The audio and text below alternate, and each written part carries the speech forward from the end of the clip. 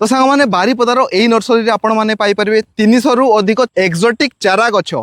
ये गोटे ब्लैक जामुन गछ जोटा कि केजी 10 ईयर ना रही। ये हूँ कॉफी गछ जोटा कि आम ओडिशा रे मध्य कॉफी चाष होउची। ये हूँ ऑल स्पाइसेस गछ जोटा कि आपण माने जत्ते तक मसला अछि तार मिश्रणर फ्लेवर एथरु पाइबे।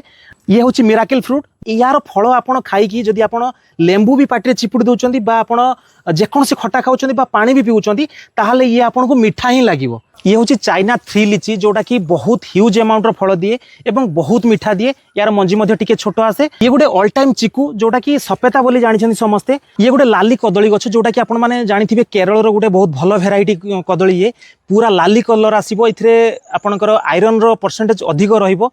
ये हूँ गोटे जामरुल गछ जोटा कि वाटर एप्पल बोली कहउचंदी बा वैक्स एप्पल बोली कहउचंदी। ये गोटे 12 मासी आंब जोटा कि थाई कटिमन ना अछि यार। ये हूँ बहु चर्चित मियाजाकी आंब। आम पाखे नड़िया गछ रही 4-5 प्रकार आंब गछ रही 70 रु 75 भेराइटी पिजुली गछ रही 8 रु 10 भेराइटी।